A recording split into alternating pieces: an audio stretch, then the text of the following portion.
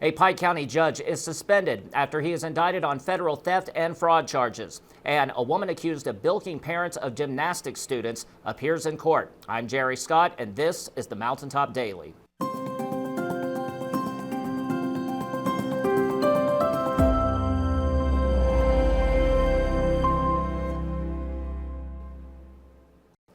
Pike Circuit Judge Howard Keith Hall has been indicted by a federal grand jury on fraud and theft charges. A federal grand jury in Frankfort returned the indictment against Hall on Thursday, charging him with 2 counts of mail fraud and 1 count of theft of government funds. Following his indictment, the Kentucky Judicial Conduct Commission issued an order suspending him from his position with pay. According to the indictment, the allegations stem from an alleged scheme in 2010 when Hall served as county attorney. Hall is accused of appointing an unidentified attorney as an assistant county attorney. That attorney was obligated to work at least 100 hours a month for the county attorney's office, but the indictment says the attorney performed almost no work over the next 10 years. Despite that, the attorney received nearly $300,000 in gross pay, which swells to approximately $440,000 when benefits such as insurance are included. If convicted, Hall faces up to 20 years in prison for the mail fraud charges and up to 10 years for the theft charge. In addition, he could be ordered to pay fines of either $250,000 or twice the gross proceeds of the scheme, as well as restitution. Hall is scheduled to have his initial appearance in U.S. District Court in Lexington on May 16th. A woman accused of stealing thousands of dollars from the parents of her gymnastics students had her first appearance in court since being indicted on 15 counts of theft. Many of the parents were also there to witness the proceedings. Sheldon was also in the courtroom and fills us in on what happened. A Pikeville woman who was indicted earlier this year on charges that she used gymnastics instruction to scam parents out of money was in court Friday to answer those charges. Lindsay Page Burke was indicted on 14 counts of theft by deception in March for allegedly taking more than $14,000 from parents for their children's gymnastics training classes. Burke pleaded not guilty to those charges in Pike Circuit Court Friday and left under a $30,000 surety bond. According to court records, Burke fled the state into Ohio around the time of the March indictment.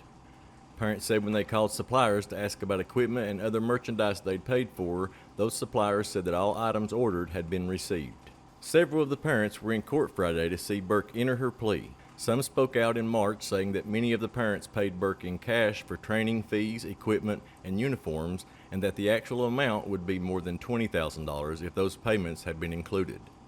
Parent Mariah Akers said shortly after Burke's indictment that her child and others in the class have continued to compete, despite the challenges the case had presented. Burke will next appear in court for a pretrial conference set for August 8th at 9:30 in the morning in Pike Circuit Court. Reporting for Mountaintop News, I'm Sheldon Compton. Coming up after the break, we will finish off our profiles of the people at Mountaintop Media who bring you the news with a familiar face and an even more familiar voice. That's coming up when the Mountaintop Daily continues. But first, sports and weather. With this Mountaintop Sports Report for Friday, I'm Brittany Rowe reporting. Congratulations to former Pikeville Lady Panther Trinity Rowe on committing to Western Kentucky University to continue her academic and basketball career. Rowe was the Sun Belt Freshman of the Year at Southern Miss this past season. For the latest area high school and college sports news, remember to check us out at mountain-topsports.com or on Facebook, X, and TikTok. Reporting for Mountaintop Sports, I'm Brittany Rowe. Have a great weekend, sports fans.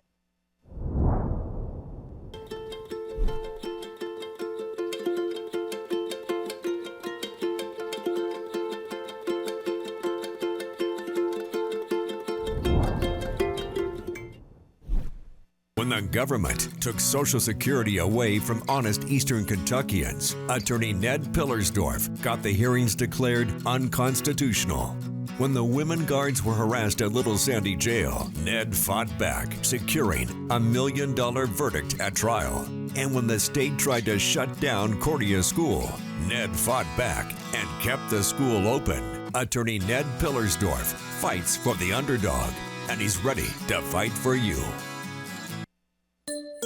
Are you wanting to switch to Appalachian Wireless but afraid of losing your number? Don't worry, you can keep your number and sign up for the region's best network that goes wherever you go. That's right, sign up today and get instant savings when you bring your number to Appalachian Wireless. Whether you need 1 line or 5, you'll save big. Did I mention free activation and your first month is free?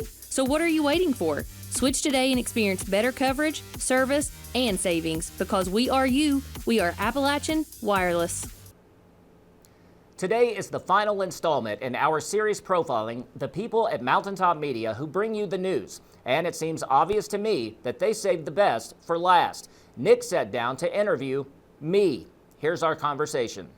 Our final Mountaintop Media profile focuses on Jerry Scott, who takes on multiple roles for both TV and radio. While his main job is music director for Rock 103.1, he has also been instrumental in broadcasting daily news and hosting his own movie review show, Trust Me. Scott tells us more about what it takes to juggle his responsibilities and why he views this as his dream job. I've always, from a young age, music and movies have been like my two passions. So, I mean, it's a dream job, you know, and rock music in specific is my favorite genre. So the fact that, you know, I have a station where I actually have a say on what goes out. And the best part about that is to get that feedback back from the audience that, hey, we like those changes that you're making, or, you know, that's a song that doesn't get played all the time. So, I mean, that to me is the gratification of that. I mean, yeah, it's a dream job to have. I also have the movie review show that I do every Friday at 4 o'clock, Trust Me. So I am on camera across the street, as we like to say. You know, it's 2 different buildings.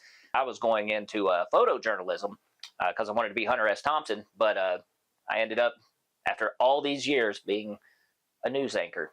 And it's a little different, though, from you guys, because you guys are out in the field and actually doing, you know, investigative reporting, whereas my job is solely as an anchor. Outside of work, Scott leads a fulfilling home life with his wife, daughter, and dog. Some of his interests include showing his daughter the music he grew up with and attending meetings to see the horror icons that shaped his tastes in film. She's so smart. I mean, you know, she'll be 5 actually in June, but you know what I mean? She can read, and it's amazing. She loves books, and coincidentally, she loves music. So, you know, I spend a lot of my time, you know, we play the kids' songs, the Cocomelon and stuff like that. But she also, you know, she hears like a certain Guns N' Roses song, like November Rain, her favorite song. So, you know, the old man's rubbing off a little bit on her, I think. I love going to, you know, the different conventions, especially the Scarefest that they do in Lexington every year. And they just keep getting more and more guests. And like I said, I've always been into movies, and horror movies is kind of my